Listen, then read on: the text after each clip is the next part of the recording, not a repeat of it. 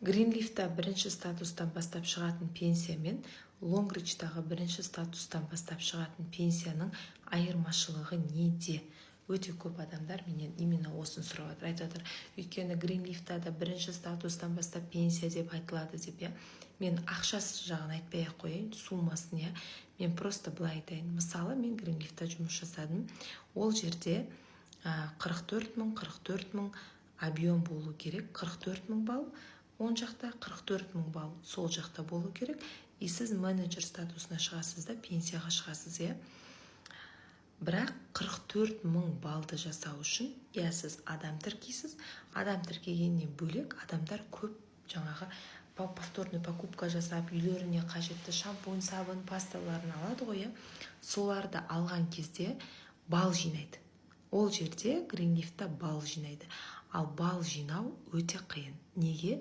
Өйткені ыдыс жуатын, кір жуатын, сабын деген сияқты өтетін заттары 0,2 балл, 0,5 балл. Қымбат витаминдердің өзі 1 балл. Өздеріңіз білесіздер, я?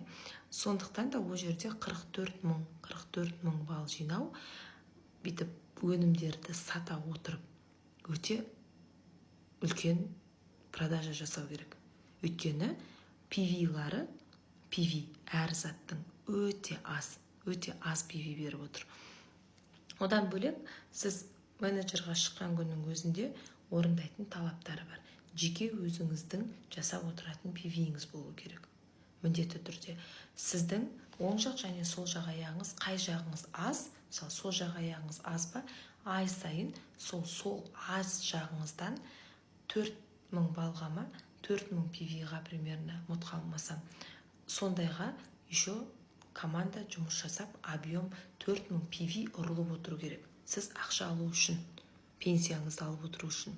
Ал Лонгричта 15 миллион общий шығу керек. 15 миллион ол жерде PV, BV, балл деген нәрсе жоқ. Сіз зат аласыз 2000 теңгеге, 3000 теңгеге, 10.000 теңгеге зат алсаңыз, сол теңгемен қосылады. Жаңағы 15 миллионға жаңағы теңгелеріңіз қосылады. Әрбір зат қанша теңгеге сатылады, сол теңге қосылады 15 миллионға. Және де шыққаннан кейін 5 жұлдызға сенің аз аяғың мынандай балл, мынандай ақшаға товар оборот жасап отыру керек. Сен өзің мынандай ақшаға товар оборот жасап отыруың керек деген сияқты талап жоқ. Айырмашылығы міне осы жерде. Өздеріңіз енді дұрыстап ойланып қараңыздар. Мен екі жерде де істегендіктен Гринлифтада болдым.